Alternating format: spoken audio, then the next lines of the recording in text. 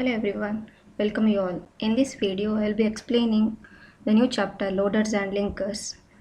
Today I will be taking the first session, the loaders and linkers, basic loader functions. What is loader? How it works? What are the functions? Loader is a utility program which takes object code as input, prepared for execution, and loads the executable code into memory. Loader is a system program that takes input from assembler, that is object program, and it will be prepared for execution. So object program is given to the loader. Loader loads this executable program to the memory. So this is a task of loader. So you have to know what is object program, how it generated. So in the preceding chapter called assembler, there you'll studied how object programs are generated. So basically the in previous chapter in assembler you studied loading, brings the object program into memory for execution, relocating, modify the object program so that it can be loaded at any address different from the location originally specified. So there are two types of programs are there, absolute program and relative programs. Absolute program, their objects are defined by the programmer, and relative program or relocatable program, their the system loads a program depends on the free space. So where relocating will be done? Linking combines two or more separate object programs. So this is a duty of linker. In this chapter you'll study loader and linker. Loader brings object program into memory and starts its execution. Linker performs linking operation and separate loader to handle the relocation and loading. So before loading, linking should be done. So this is a translation hierarchy. For example, consider the higher level language C program. So the C program is given to the compiler. What compiler does? Compiler translate a high level language to assembly language. So that assembly code, it's given to the assembler. Assembler translate to the machine code. Then this machine code is given to the linker. So linker links to the library routines and it will prepare the executable code. Finally, that executable program or executable code that will be given to the loader to load to the memory. So where the execution starts. So this is a hierarchy.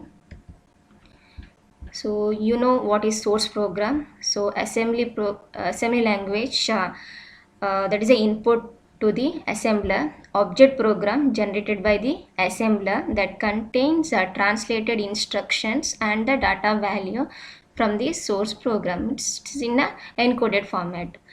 Then executable code. This is for this is from linker, links to different libraries. Finally, prepare the executable code. So the executable code is given to the loader, loads to the specified memory location and get executed. So different types of loader, many types are there. Absolute loader, bootstrap loader, relocating loader, or it's also called as relative loader, direct linking loader. So here I will be discussing absolute loader and bootstrap loader. The first type, design of absolute loader. So before that we'll see object program, what are the different records. So this is an example of object program. So in object program usually three records will be there: header record, text record and end record, and some other records like modification record, definition record will be there. But here I will consider in the simple object program. This is object program of SIC program. So we contain only three records: header record, text record and end record. H stands for header record, and this is a copy. Copy is the name of the program, starting address and length of the program. So this gives the information from where the program has to load and how much memory has to reserve. That gives, okay, the length tells that information. Next, text record. It's a collection of object code. Its address, length, and the object code. This is object code, so encoded format. It's a collection of object codes. Then finally, end record, that tells the end of the text record, end of the program, and move the cursor to the starting location. This is the format of object program. So this object program is given to the loader. The first type, absolute loader. Absolute loader is the simplest loader. So there are, as I explained, two types of programs are there: absolute object program and relative object program. Absolute object program means where address is specified in an object program. Relative, so that depends on the empty location. The programs are moved, the object programs are moved to the memory. So it's relative to the memory. So this is a simple one, absolute. So here address are specified in object program.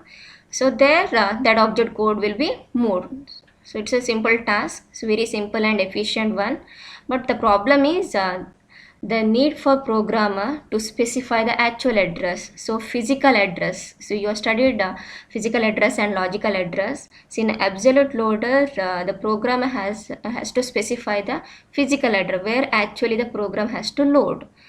The problem is difficult to use subroutine libraries. So if the programs are lengthier and many subroutines are there, then if that much memories are not available. So these are the issues arises in absolute loader. But for a simple program, it's very efficient to perform this type of loading operation. So role of absolute loader, object programs are there, and that programs are given to the absolute loader. So where address are given, so the object programs are ready for execution. Just load to memory, only that work. Absolute loader does not perform linking and program relocation. Means address are specified in an object program. No need to do program relocation. Program relocation will happen only for relative absolute, not absolute, only relative object program or relocatable program. So where a modification record you have to write. So here there is no linking and program relocation. Perform all its functions in a single pass. So only in a one pass program, object program will be loaded to the memory. So the functionality, it checks the header record to verify that correct program is being loaded. So it checks the header record first, and it validate the program. What is the starting address, what is the length, this will be verified with the help of header record. Then it reads the text record and object code is moved to its corresponding memory location. So address are given and object codes are specified in text record. Okay, move this object code to that particular memory address. So only that work. So text record contains the collection of object code, address and object code. So depends on the address, the code will be moved to that particular memory location. Then end record indicates end of the object code and gives the address of the location from where execution starts. So E and starting address, once loading is done, then it tells that loading is done and start the execution. So E and move the cursor to the starting location. So here, so like this it will be loaded. This is the memory and object code will be moved. So object code. So here X means in this memory there is no object code. So X represent empty. And these are the memory. So where object codes are loaded. Algorithm, very important, how it will be done. Absolute loader algorithm reads the header record. object program contains 3 records. Starts with the header record. So first it reads the header record, verifies the program name, validate the object program, verifies the program name and length, means it extracts program name and length from the header record to validate. Then after that, read the first text record. So text record contains the many object codes. So read the first record and repeat the operation until you get the end record. So E means end record. So repeat the operation. Okay, so till you are getting end record. So begin. If the object code is in character form, convert into internal representation. So here the object codes are written in hexadecimal form, means in the character form, that has to be converted into the internal representation. Then move the object code to the specified location in the memory. Read the next object program. Only two works: convert to the internal representation and move the object code to the specified location in a memory. Then repeat the operation, read the next object record and repeat it until you get a end record. So when comes out, now it will you reach to end record, jump to address specified in the end record. So the cursor will move to the starting address location. So only two major tasks will be done here: internal representation and loading. So the internal representation I will explain. The contents of the memory location for which no text records are there, then that will be empty, cross mark. Each byte of assembled code is given using its hex representation in a character form. So the object program, if you see, so the representation will be in a hex, because address representations are hex, and the character, so here it contains only 0 to 9 digit and A to F, because it's in hexa. So only these character will be there in a object program: 0 to 9, A to F. So for example, consider an example: opcode STL. So opcode of STL is 14. So it will be represented as pair of 1 and 4, means ASCII value of 1, that is 31 in hexa, and ASCII value of 4 is 34 in hexa. So 1, the character uses 1 byte, 8 bits. So 1, it will be used 1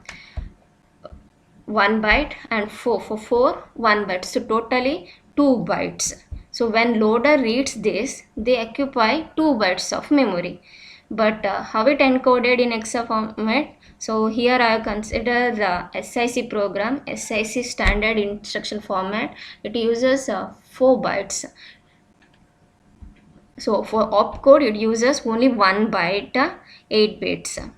So this 2 byte has to convert to 1 byte. So finally the conversion, the representation is 0001 0100. So this 14 will be represented like this. So this 2 bytes to 1 byte, the internal conversion will be done. So each pair of byte from object program record must be packed together into 1 byte during loading. So this is a task will be done after reading each text record. So each printed character represented here 1/2 byte. It's not 1 byte. Only 4 bits are used to represent one single character. So the next one is a second type of loader, simple bootstrap loader. This is a special absolute loader that executes when a computer is first turned on or restarted. So you know what is the bootstrapping or bootstrap loader. So during computer turned off for the first time, the program will be loaded from secondary memory to main memory. So that loading will be done here. So it first loads the first program to be run on computer, that is OS. The control is given to the OS. So this is algorithm. It's very important, bootstrap loader algorithm. So here author has done some assumptions. So the bootstrap reads object code from device F1. So here F1 is used for that, and enters into the memory starting at address 80 in hexadecimal. So this is the assumption author does. After all the code from device F1 has been seen entered into the memory, the bootstrap execute a jump to address 80 to begin execution of the program just loaded. So register X contain the next address to be loaded. And one more assumption is it's not containing any records like header record, text record, or end record. So the object code is a contiguous memory location. So that is the assumption is done here. So this algorithm converts that in 2 bytes representation to 1 byte representation. What internal representation will be done during load time. So that will be explained in this algorithm. So this algorithm is very important. It's asked many times in your final exam. So go through it and practice this algorithm. So I will explain line by line the algorithm. The first line, boot start 0. So bootstrap loader for SIC-XE.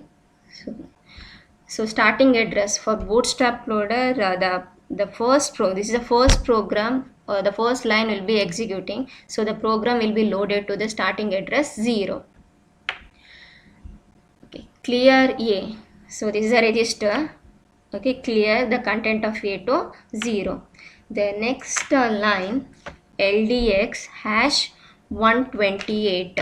So this is to initialize register X to hex 80. So here that assumption is the code will be moved to the memory address 80. So 128 is in decimal, that will be moved to hexadecimal value 80. Its equivalent is 80. Then JSUB get C. So here this is a main routine. Now jump to the subroutine get C. So get the character. Get C means get character. Get 1 byte from device F1. So we'll see get C subroutine get C. So in get C, it will test the device. TD means test device input. So input device we are using the key F1. So this instruction checks the readiness of the input device F1, whether it is ready. So if it is ready, so during this instruction text device, it will set the condition code less than and equal. Equal means the device is not ready. If it is less than, then the device is ready. So the next checking condition is jump equal to get C, means if the device is not ready, put in a loop. So wait until the device become ready. Then if it is ready, then RD, read character from input device. So 1 character means 2 byte. That will be read from the input device F1. Then next line, compare hash 4. So hash 4 again decimal value. So in hex also it will be 04 only. So compare 4 means, if it is 4 means, that means end of file.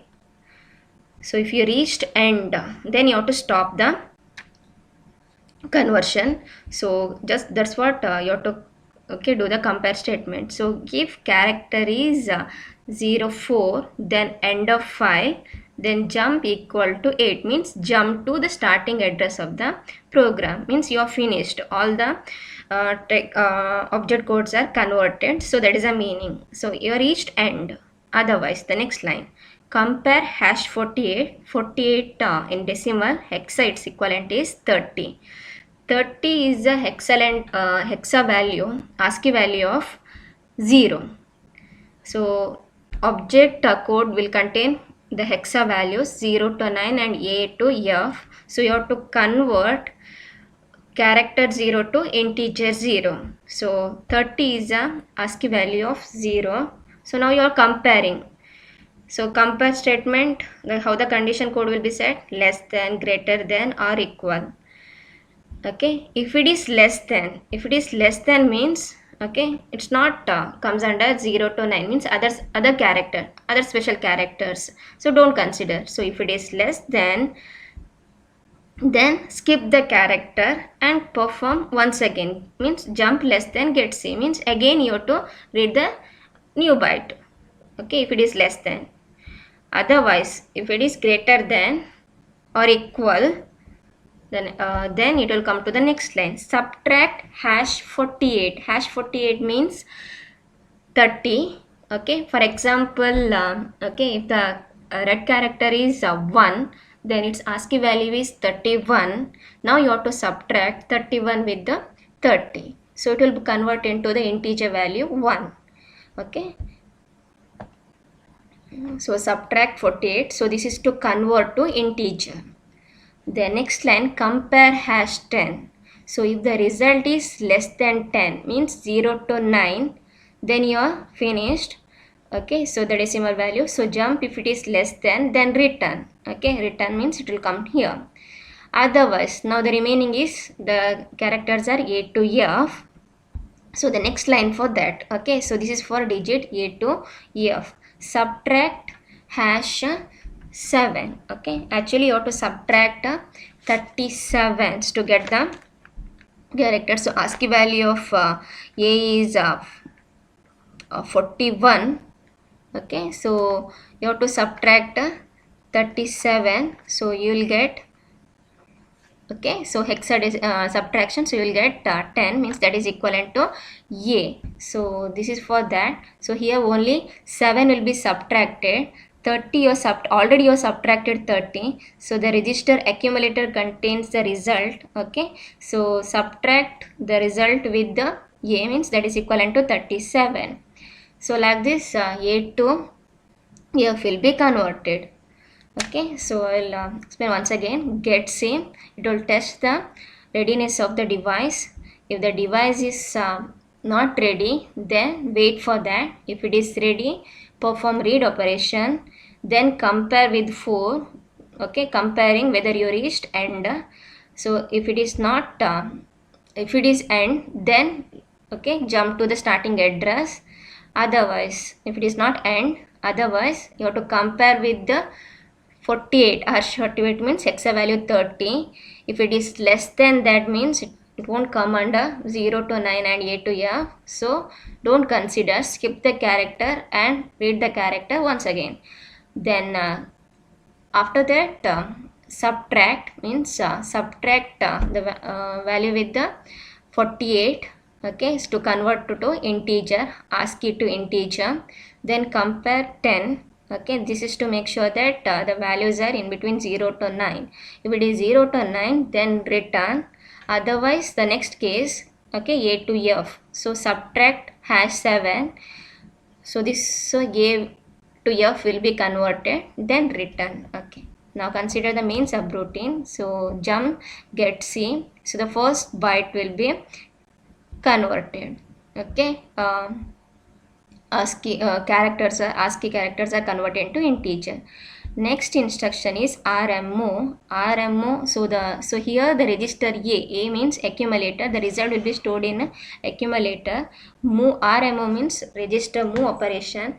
So result will be moved to one more register. Yes, save in register. Yes, shift left. So now yes will be shifted to left 4 bits. Okay, so with the example I will explain this. Then after that, once you perform the shift left, so then after that the read second byte. Okay, once again call get C. You'll perform the same operation, check for readiness and get the byte and convert into integer, then it will return. Then finally the second byte will be stored in accumulator, the first byte will be in register yes. Perform addition. then store it in X. So X will contain the initial value 80, means you have to load to that particular address. Then TAXR, so this is to increment, register increment. So add 1 to memory address, means increment. Then JLoop, in repeat this operation. So this is algorithm that converts 2 bytes to 1 byte internal conversion. So for example, consider same STL example. Opcode of STL is 14. 1 means the first character, so 1 byte. 31, it's in hexa. 4, 34 in hexa, so 1 byte. So totally 2 bytes. So this 2 byte has to convert to 1 byte. And in the first step, get the first character 1. So this is a representation. Then after that, you have to perform subtract 0, means 30. So 1 subtract 0, 31 minus 30 in hexa, the answer will be 00000001. Then you have to perform shift operation. So if you perform shift left 4 bits, so the result will be like this, 0001 and 0000. Okay, now this will be stored in a register, yes. Then next again call getC for the next byte 4. Okay, so from the device it will be read 4 equivalent 34. So this is in binary 1 byte. Same operation, subtract 0, so the result will be 00000100. So that will be in a register A, accumulator. Now perform addition S and A, that's what you have to move to here. Okay, have these bytes to here, higher bytes to lower bytes. Okay, so 10001 0100, that is nothing but 14 in 1 byte. So the 2 byte will be represented to 1 byte. Okay, so in this video I explained what is loader, what is a function of loader, then 2 types of loader, absolute loader and bootstrap loader. Absolute loader is a simple loader that loads the object code to specified memory location. Then algorithm for absolute loader, very simple algorithm. Test the read the header record, verify the correctness of the program, extract its length and starting address, then read the text record. Okay, that will be convert 2 bytes are converted into 1 byte, that's only internal representation. Move the object code the specified location. Okay, this you have to perform until you get the end record. So this is the algorithm of absolute loader. Next comes the simple bootstrap loader. Bootstrap loader it will be initiated during the turn on or whenever the system is restarted. So this is the first programs to run on a computer, give the control to the OS. So that is a bootstrapping. So this algorithm very important, it's for internal conversion. So here 2 subroutines are there, main routine and getC routine. In main routine it will call the getC subroutine and it will be converted into the, so here main major operation is shift operation, it will be converted into the 1 byte. In getC, check for the input device, so here F1 is used for that. Then it will check whether it is the characters in between 0 to F. Okay, then ASCII will be converted into integer, then it will return to the main routine. So that is the end of the first part.